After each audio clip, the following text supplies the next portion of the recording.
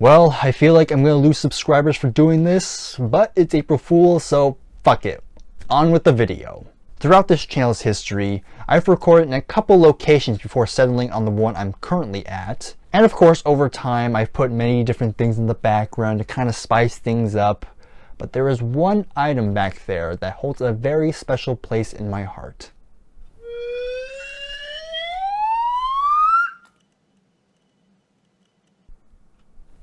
His time has come. Throughout my childhood, Thomas the Tank Engine has been a mainstay. I remember watching my Thomas VHS tapes and DVDs for hours. Usually at the end of these compilations, at the very end, there was a sing-along song. These songs began appearing in 1991 and were written by the show's then music composers Michael Donnell and Junior Campbell.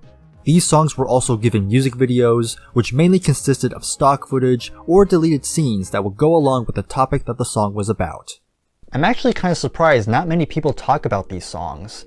You know, of course, as we grow up, we kind of want to stay away from the stuff we grow up with.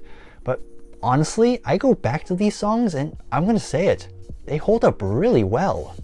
So to celebrate these songs, I think it would be fun to give myself a challenge and rank every single Thomas song.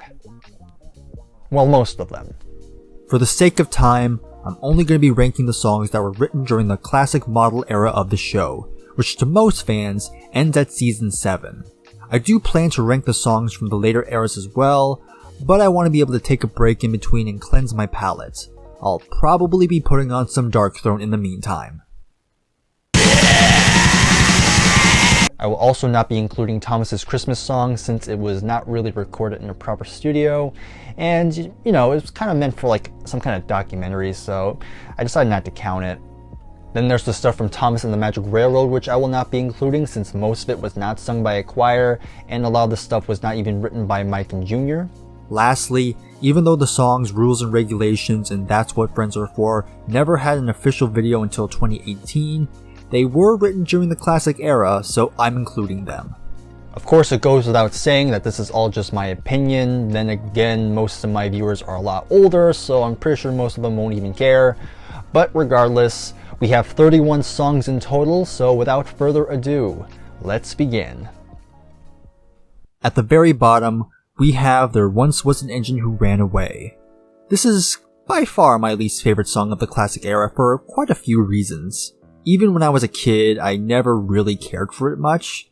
It basically retells the events of the season 7 episode Fergus Breaks the Rules, and I can see it working as a song, but I don't think it paid off as well in my opinion. This is one of those rare songs where Junior Campbell actually takes lead vocals on this one, and I'm gonna be honest, I'm not really a fan of his performance here. This is not the only time he's sung on a Thomas song, but I think the other is far better. I'm not saying he has an awful voice here, but it doesn't really stand out to me. It sounds off, and it's almost like he's whispering. I'm not sure if that was the intention, or if it was because since it's a song for kids, he has to sing like that. But whatever the reason, his voice just sounds rather weak to me. Because of it, it actually makes it hard to understand what he's saying sometimes. There once was an engine who ran away, just up and went, ran away, ran away. In terms of the music, I'm not a huge fan of the melody either. The song has a rather awkward cadence, and I find it a little jarring. And I know it's just Fergus's theme,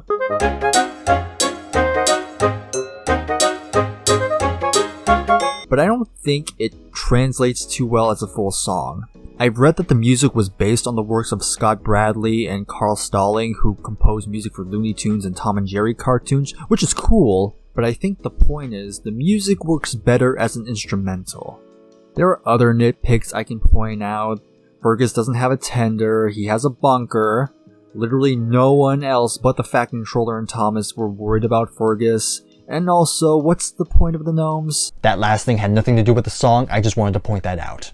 I know I sound negative, but even though it's at the bottom, I don't think it's a terrible song. Trust me, I would listen to this song way more than most children's music. Sheesh!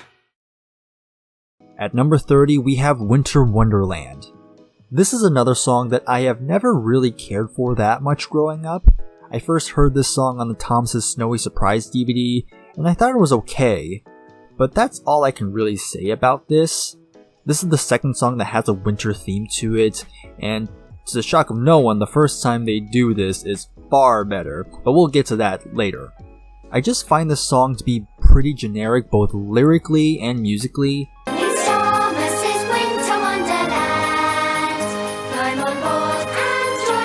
I get it's supposed to have a holiday feel to it, but that's kind of the problem.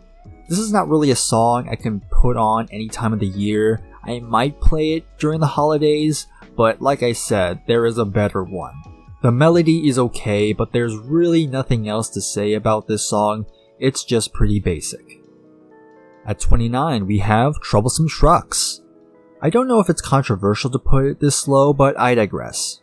I mean, I can see why people might like this song, as it's about everyone's favorite narcissistic spawns from Satan themselves. What more can you ask for?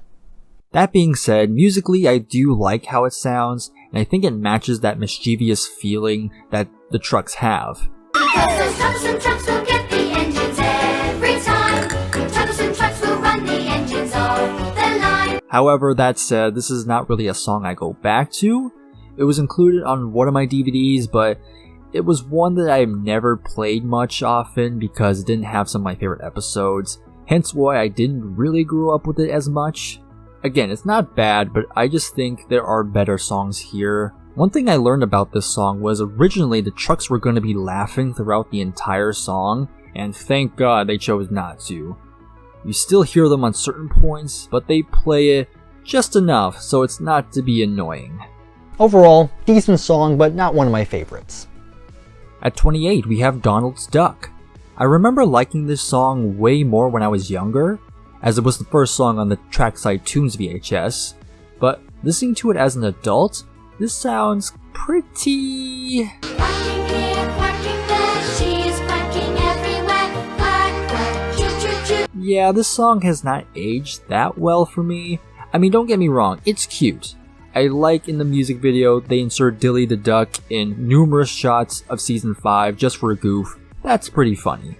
That being said, you can tell this was meant for really little kids with how cringy the lyrics can get.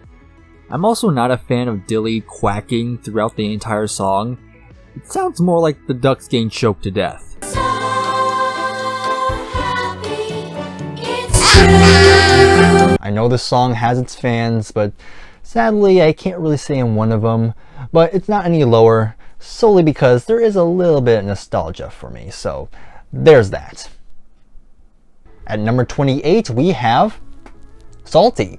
This is one of a few songs that never really had an official release. I think it was only featured on a couple releases in Asia and maybe some other things which I don't know about, but for a long time it was really hard to find. But of course on YouTube you can watch it anytime.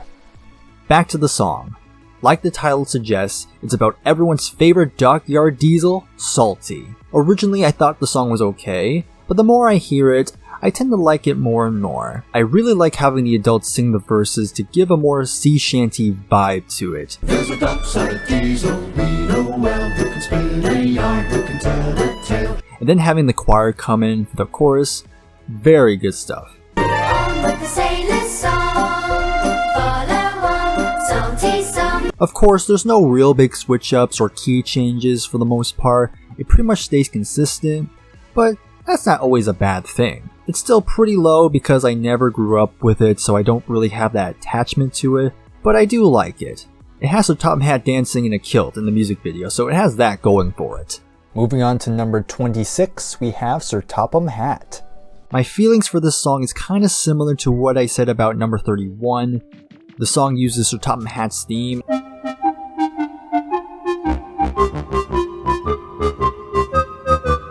And again, I feel like it works better as an instrumental. The verses are kind of weak to me, and there are times when the music overpowers the vocals. His name is Sir Topham Hatt. Some people say he's stout. The chorus is alright, but nothing to rave about. Sir Topham Hatt, he's the head of the railway. I do like this section, however. He's so proud of his engines, each and every one. Another thing that bugs me about the song is that the second verse, it recounts the events of Thomas Comes to Breakfast, even though it has nothing to do with the Fat Controller except at the end, and Thomas crashed into the station master's house, not Sir Topham Hatt's. Just like Donald's Duck, I remember liking this more as a kid, but as an adult, it's just another fine song, but not great. Sir Top, Ham, Hat. Next up is Percy's Seaside Trip. I think Percy's Seaside Trip is a pretty strange topic to make a Thomas song about. This briefly started a trend that Percy loves the seaside, but I never really correlated the two. I feel like Duck would have been a better fit. I would like to think that Michael Jr. wanted to make a song using Percy's theme, but they didn't know how to approach it until one of them used the first thing that popped into their heads. It's a pretty decent song. I like the verses quite a bit.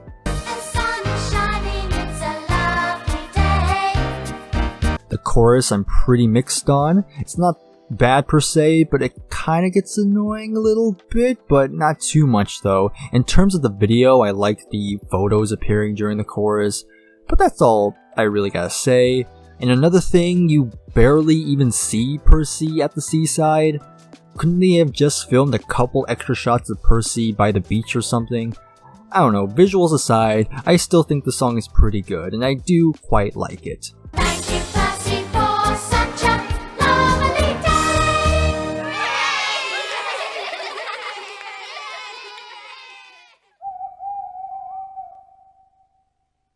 Next up is the Whistle song. This was the final song for the classic era, and I think Michael Jr. went out on a good note. There's nothing overly epic about it, but it doesn't need to be. I really like the concept of the song because one of the greatest sounds of a steam locomotive is the whistle. Hearing the whistles throughout the song is a nice touch to hear. The whistles of Thomas the Tank Engine are so memorable, it's a no-brainer to make a song about them. The song has this very cheerful vibe to it, and I really like the use of the brass and strings in the track. Speeding down the hillside, the whistles blow with pride. Driver checks the signal. This song is another one of those instances where I don't really have a history with it. It's just like Salty, I just wasn't exposed to it. Like I said, there's not much to say, it's just very pleasant. The chorus is pretty memorable. Engines blow your whistles, Toby ring your bell. James and Edward, Percy as well. For this being the final song of the classic era, I think this was a good one to go out on.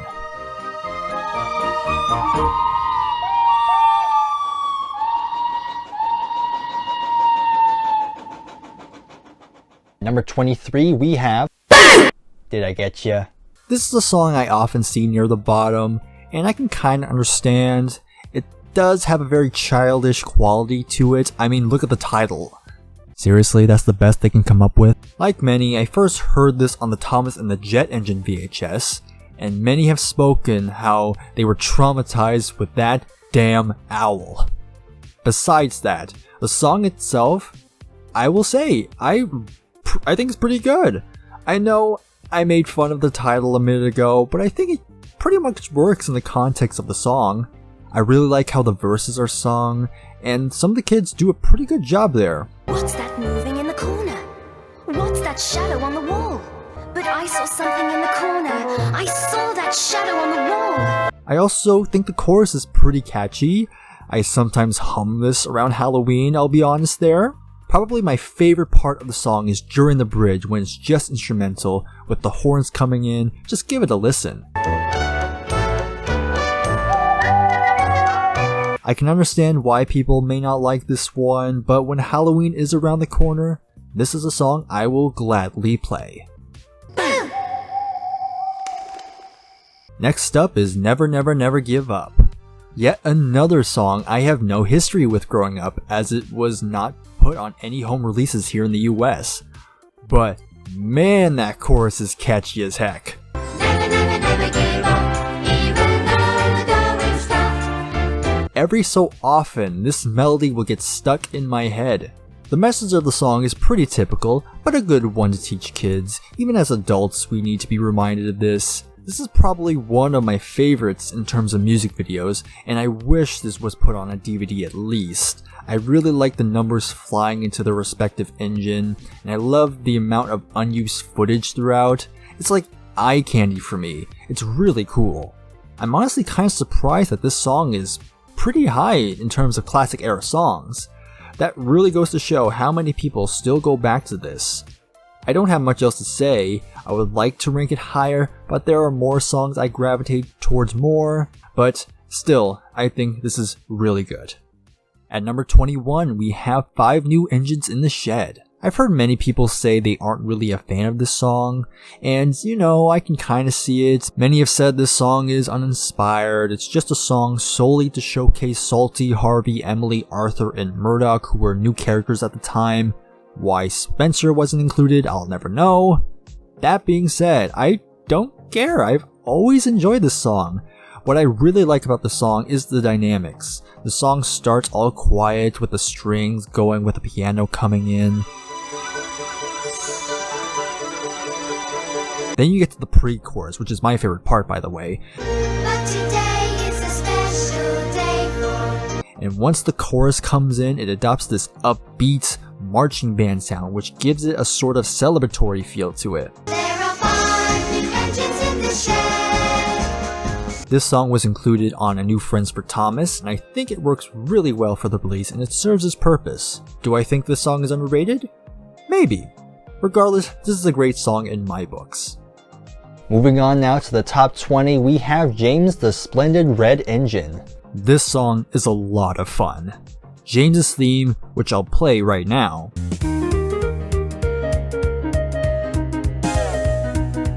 His theme has always had a sort of jazz vibe to it, and I'm surprised Mike and Jr. hadn't made a song out of it sooner. This song pretty much sums up what James is all about. The lyrics describe him perfectly. James has always been one of my favorite characters. A channel called Unlucky Tug made a full video talking about James, and I agree with a lot of what he said on that. I really love the piano and drums throughout the track, and sometimes the brass section really gives the song some life. Take a look who's coming down the track. Make way for James, hooray for James. It's catchy, it's upbeat, it's everything I want in a song about our favorite red engine. On a side note, I might actually like the Japanese version more. I don't know why, but having James's Japanese voice actor talk throughout the song sounds pretty James to me. That could be only me though. 僕はいつだってピッカピカさなんてったってジェームス For 19, here is Rules and Regulations. This is the first song on the list that was never given a proper music video, which is kind of a shame. It's worth noting that later this song and another one would finally receive a music video, albeit using footage from the CGI era, which you're seeing now. I'm gonna be real for a sec, this song was originally gonna be lower, and I was pretty content with that. But at some point, I've heard many people talk highly of the song, and after giving it some more listens, it did finally start to grow on me more. And yeah, I can definitely say this is definitely a good one. The chorus is just really good, and the overall melody has a good feel to it.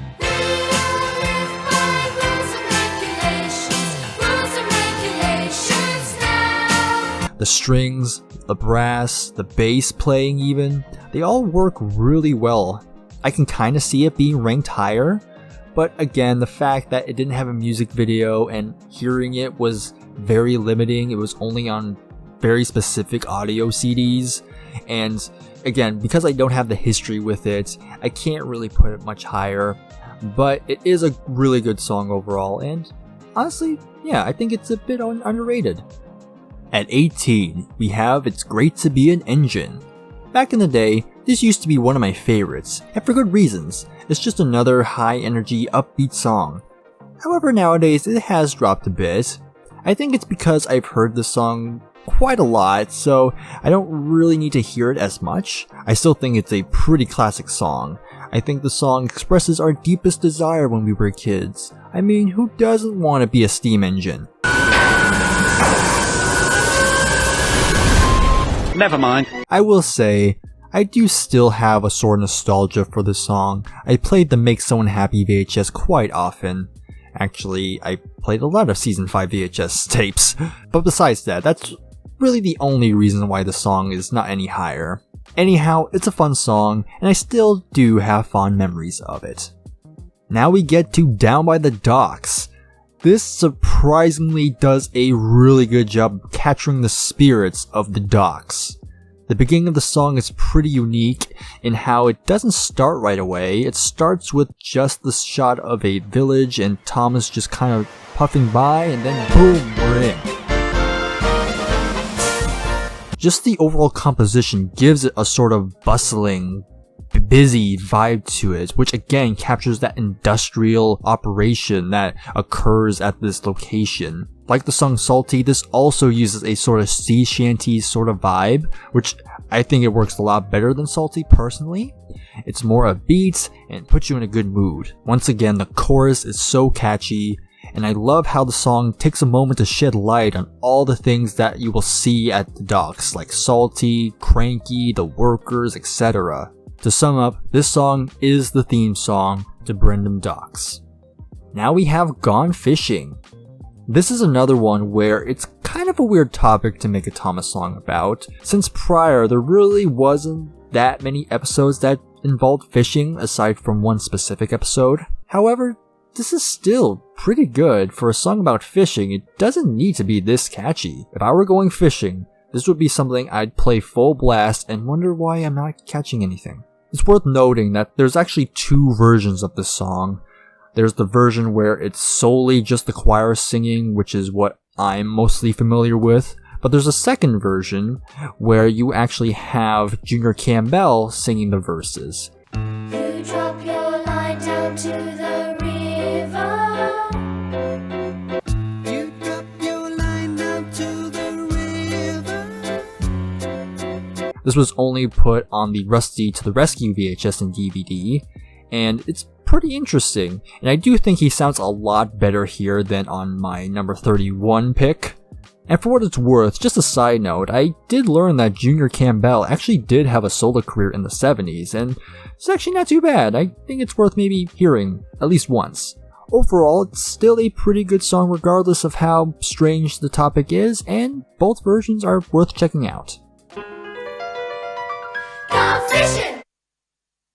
Now we come to number 15, and we have Come for the Ride. This is probably the most rocking thing Mike and Jr. ever did in the show. The tempo is unusually fast from anything before and even afterward, really, and I kinda wish they did more of this. This song also has a sort of 1950s early rock and roll feel, and I love it for it. The drums are very prominent, and the piano sounds like something out of Jerry Lee Lewis or Little Richard. The lyrics are also a lot of fun. Duncan and Goran kind of get a spotlight moment. Since Goran is the fastest engine on Sodor by this point, he's perfect fit for this fast-paced song, and Duncan is known for his rock and roll tendencies, which also makes the rock and roll feel more genuine and more accurate. Whenever I'm in the mood to rock out to a children's song, this is the one I turn to. That said, is it me or does this song sound familiar? Hot potato, hot potato.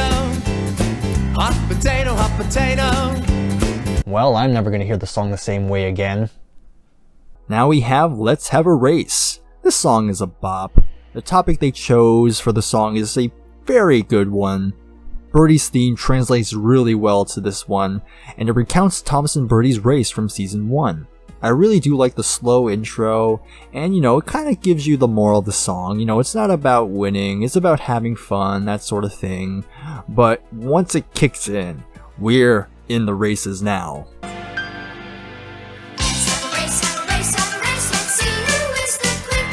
The instruments sound really great here, and again, a lot of nostalgia for me. And every once in a while I put this on just for fun. I honestly don't have much else to say about it, but it's just a song I have more fond memories of, and yeah, this is one I go back to pretty frequently, not gonna lie. And now we come to number 13, That's What Friends Are For. Yet another song that never got an official video, and I'm so sad they never did. While Rules and Regulation is a great song, of the two, I personally prefer this one. I really love the use of the harp in the beginning.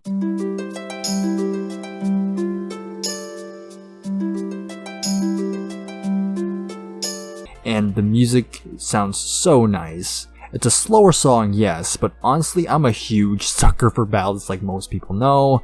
I can argue that this is probably one of the best vocal performances that the choir has ever done, really.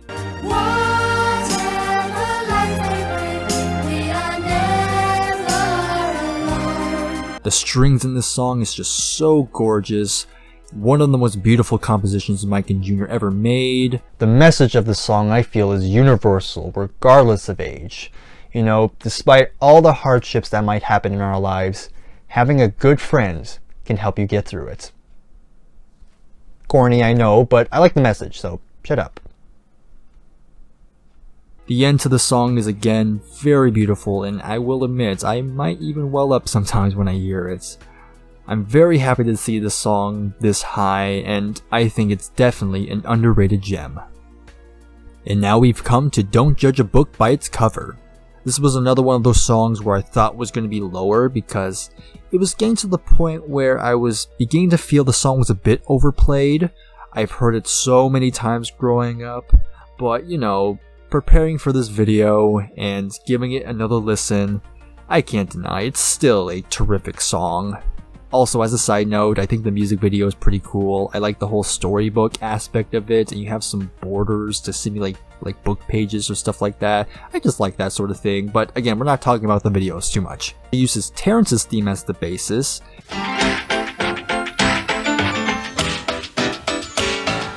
And half the time I actually forget because of how well it works as a full-fledged song.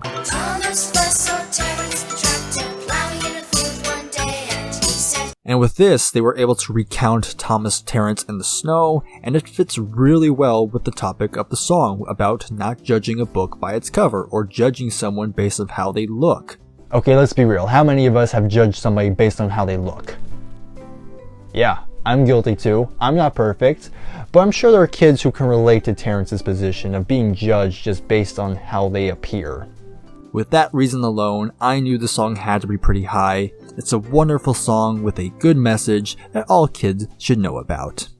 And just missing the top 10 is The Red Balloon. This is probably the most underrated song in the whole series. I can't believe I didn't play this much growing up. This was featured on one of my DVDs, but it didn't really have some of my favorite episodes, so I barely played it. But after all these years, and revisiting this song, and my enjoyment for the song went sky high. The orchestration to this song is just so good. Some of the best of the whole series.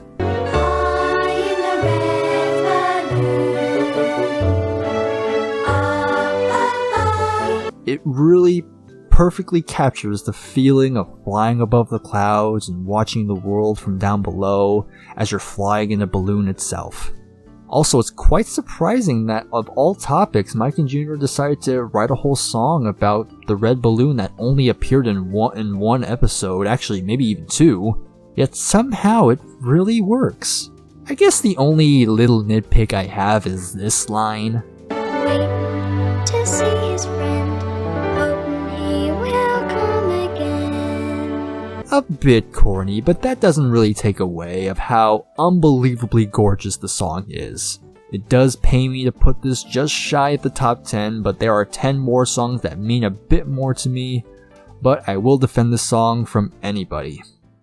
Okay, so now we are entering the top 10 here. So if you stuck around for this long, then please give this video a like.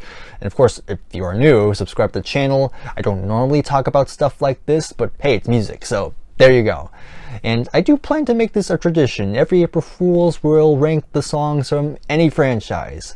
I'm actually thinking about doing the Land Before Time sequels as well, so if you want to see that, then again, like I said, make sure you subscribe and hopefully you don't miss what I do. Again, I talk about music, so hopefully you'll enjoy that. But anyway, on with the top 10. Number 10, Little Engines. This is one I don't think many would have this high on their list, but I don't care. To me, this song slaps. This is another song where it starts off kind of slow with the vocals and piano, but as soon as the song picks up and the strings and brass come in, then this song really hits hard. Little engines, little engines.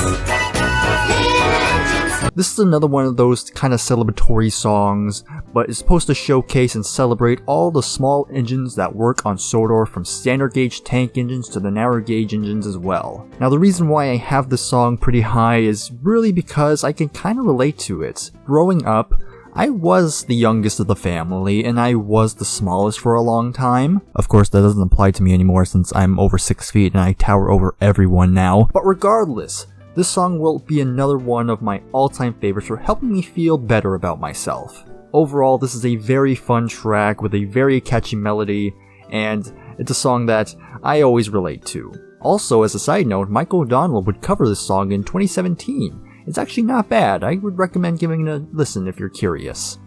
Number 9. Harold the Helicopter. For a song about Harold of all characters, they did not need to go this hard. I'm going to be honest, to kind of go on a tangent for a bit, the more I think about it, Harold was always a character I sometimes forget about. Yeah, he's a helicopter and he comes to the rescue in emergencies, but as an actual character, he's kinda bland. Yet this song makes me appreciate Harold more. This song took Harold's theme and created such a killer song from it. That beginning couple seconds always gets me hyped.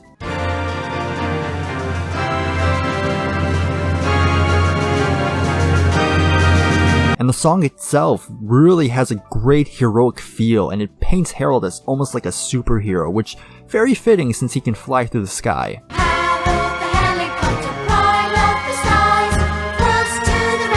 The choir also do a spectacular job here, especially at the end where they really hold that note at the very end. There's not much else to say, but it is a standout in this catalog. Number 8. Thomas's Anthem. This was the very first song ever made for the show, and boy, what a great song to kick it off. The nostalgia I have for this is so high. It's definitely one I definitely have the most nostalgia for, since it was the first song on the Sing-Along Songs VHS, which I would play pretty frequently. The song begins with the chuffing noises and the sound of a whistle, and those beginning chords from the horn section is just so iconic to me, and I automatically am drawn to it.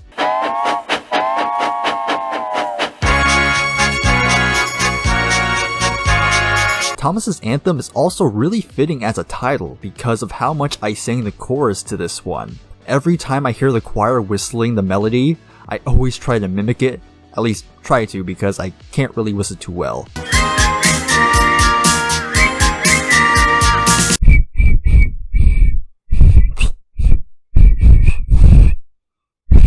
Okay, never mind. After 3 seasons at this point, the song pretty much sums up what we already know. It showcases all the major characters that were introduced, and I like how it does do a whole roll call in the bridge. Anyway, it's a classic song in the show's history, and it just had to be this high for me.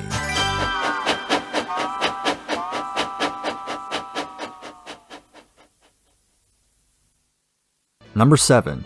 Every Cloud Has a Silver Lining. Looking at this song now, I'm so surprised how well Bill and Ben's theme works so well in the song. Come to think of it, I find it kind of odd having Bill and Ben be the main focus of the song. As engines we consider to be little demons, they seem like the last classic character to make a song about. However, it actually makes sense to have the song about them, and the melody is so strong that I even forget it is their theme. The message of the song is also really good. Actually, the song seems more fitting nowadays, with mental health and everything that's been going on in the world. It's very easy to kind of think negatively, but when hearing the song, it really does make you kind of appreciate all the good things that are still out there. To sum up, it's a great song with a great message, and it definitely deserves more credit. Number 6. The Snow Song. Yeah, remember when I said there was another winter theme song in this list? This is the one.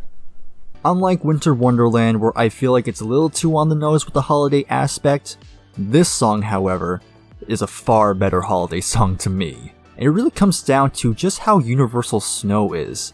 Just because it's snowing, it doesn't have to be revolve around the holidays. I guess I just love the song because I feel it really captures the look of snow.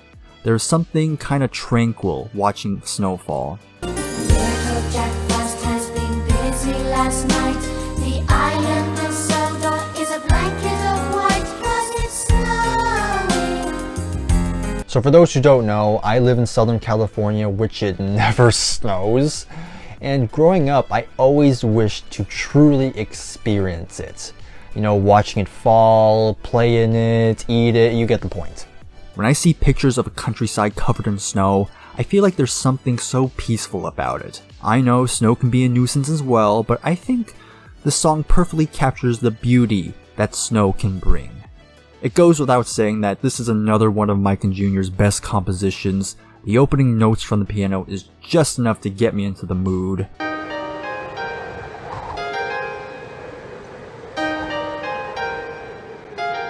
And also the use of strings was also a perfect touch as well, and the choir did a great job too.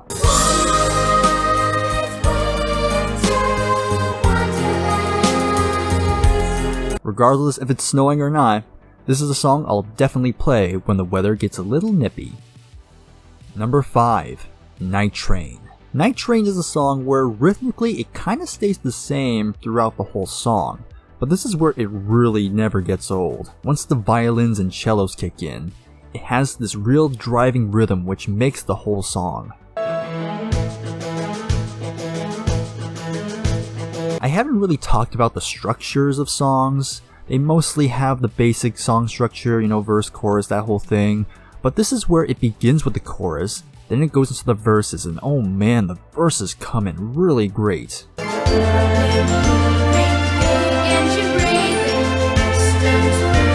Naturally, they use the Mail Train theme, and it fits so well here. It has just this surreal vibe, and there's something else that kind of makes it also a little bit relaxing.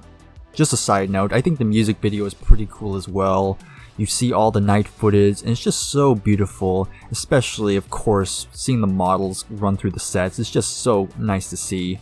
Now, I don't have a car, but if I did, and I had trouble sleeping, I will get in that car, I would drive off into the city and just watch all the city lights while this song's playing in the background. And doing so, I'm reminded that even at night, there's always activity going on, whether good or bad. Number 4, really useful engine. If I'm going to be completely honest, I personally prefer the Thomas and the Magic Railroad version, and I do wish there was a full version of it out there. But, you know, the original is pretty good too, and of course it's still pretty high. Thomas's Anthem made us say, "Thomas, we love you," but this song reminds us why we love him.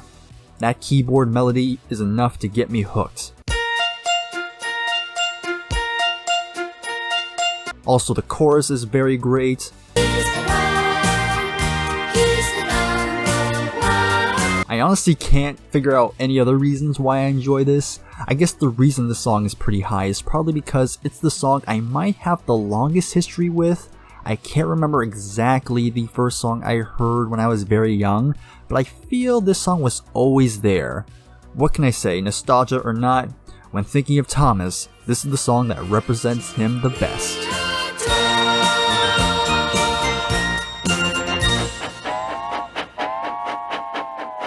Number 3. Accidents will happen. It's a little cliche to have this song high, but I don't care. A song with a music video completely dedicated to all the accidents that happen on Sodor is a marvel for any 5-year-old who used to take their toys and smash the hell out of them. This song is really upbeat, and there's so many switch-ups throughout that definitely keeps your attention throughout. There's so many peaks and valleys, and they blend together beautifully. When I was a kid, I had the Races, Rescues, and Runaways VHS, and it was the one I played the most. Not only did it have a collection of some of my favorite Season 5 episodes, but it caps off with Accidents Will Happen, and it's the perfect song to round the whole VHS. And so after all these years, my love, and a lot of people's love for this song, never really depleted. There's some who probably think it's a bit overplayed, as many people on YouTube post their own versions, their own remakes of the music video, so on and so forth. I can understand why some people might be burnt out on it, but to me, it doesn't really matter. I can still play this song and I am still loving it. There's not much else to say about this song, but it's my third favorite song here, and deservedly so.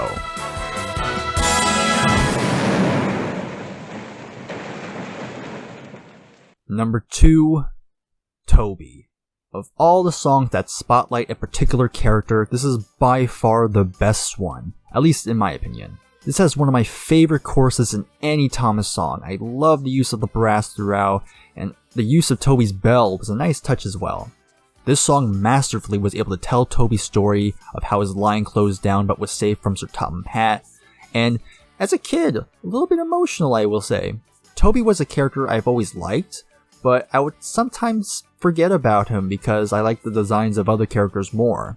It wasn't until I watched The Unlucky Tug once again where my appreciation for him really went up. And it really made me remember what a good character he was. Don't eat me! Don't eat me! Don't eat me! Emphasis on was. Besides that, I think it's a wonderful tribute to him from Mike and Jr. And even though the current show may not care for Toby anymore, this song reminds us older fans we do still care. And my number 1 favorite Thomas song from the classic era is...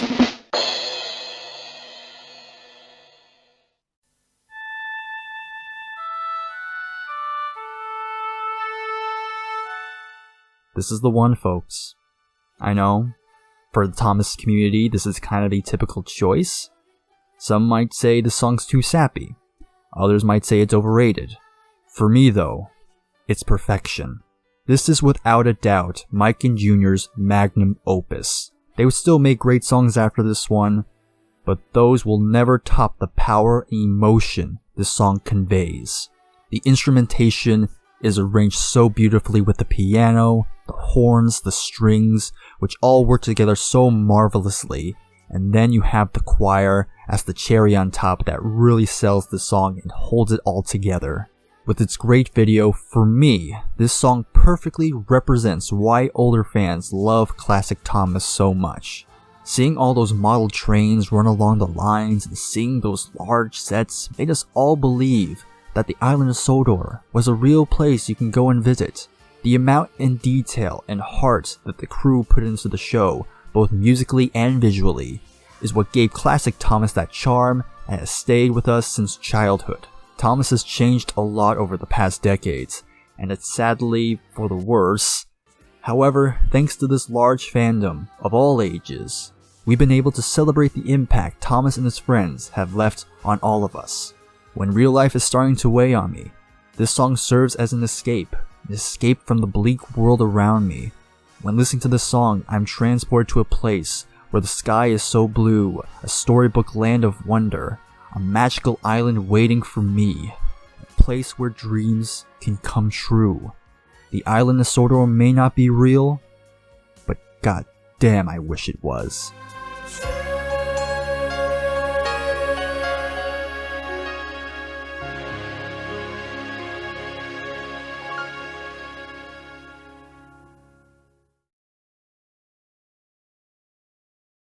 And there you have it. That's all the classic era songs ranked. It was actually a lot harder, I must say. I mean, my number 1 and my last place were pretty set in stone. It's just the middle part that was challenging. In conclusion, even though there were a couple weak songs in this list, even the weak ones are way better than most children's music. Most children's music is very condescending and, to an adult, just painful to sit through. Michael Donnell and Jr. Campbell knew how to write a great song that not just kids can enjoy, but even adults can appreciate for how they're constructed and how they're composed. From when I was a kid to right now, I can still hum these songs, and I can't thank Mike and Jr. enough for providing not just me, but countless other children the soundtrack of their childhood. And who knows? For all I know, it was because of those songs. It might be the reason I have a strong appreciation for music, and it could be why I have so many CDs behind me. But there you go. Hopefully you have enjoyed this, whether you're a Thomas fan or not. This was a lot of fun. This was a long time in the making. and this was a lot of fun putting together. So if you did stuck around for the whole video, then please give this video a like, subscribe if you're new. If you do know these songs, then let me know which one was your favorite. And who knows, like I said, I might do this again next year. So until then, I will see you then. Take care and goodbye for now.